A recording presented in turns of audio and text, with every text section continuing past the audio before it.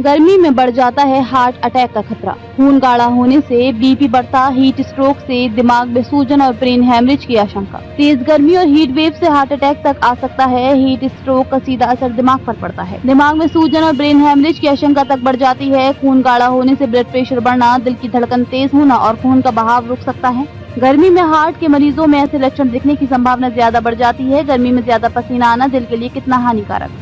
Doctor Kothari, ज्यादा पसीना आना दिल के लिए हानिकारक है। इससे इलेक्ट्रोलाइट्स भी निकल जाते हैं और हार्ट अटैक का खतरा बढ़ जाता है। दिल के मरीजों को जहां तक हो सके एयर कंडीशन या ठंडे वातावरण में ही रहना चाहिए। ऐसे मरीजों में गर्मी के कारण हाइपरटेंशन बढ़ जाता है। गर्मी में दिल के मरीजों को किन समस्याओं का सामना करना पड़ता है? डॉक्टर कोठारी, जो रेगुलर हार्ट पेशेंट हैं, उनमें सबसे ज्यादा दिक्कत खून गाढ़ा होने की आती है। खून गाढ़ा होने से उनका बीपी बढ़ जाता है। बीपी की दवाइयों की डोज बढ़ानी पड़ती है। पसीने के कारण वॉल्यूम कम हो जाता है। रिदम, नॉर्मल हार्ट की गति बढ़ाना बढ़ते ही गर्मी में हार्ट अटैक की संभावना बढ़ जाती है। सवाल: गर्मी में हार्ट अटैक की संभावना ज्यादा क्यों? डॉक्टर कोठारी, गर्मी में दो तरीके के गर्मी में हार्ट पेशेंट और दूसरा नॉर्मल लोगों के हार्ट पर असर होता है। नॉर्मल लोगों को डिहाइड्रेशन होता है। इसकी वजह से इलेक्ट्रोलाइट्स की कमी होती है और खून का बहाव रुक जाता है। खून गाढ़ा हो जाता है। खून गाढ़ा होने पर हार्ट को ज्यादा काम करना पड़ता है। इसकी वजह से ब्लड प्रेशर बढ़ता है और दिल की धड़कन तेज हो जाती है। रेगुलर हार्ट पेशेंट को डिहाइड्रेशन के चलते पसीना आना शुरू हो जाता है। उनका हार्ट पहले से कम काम करने लग जाता है।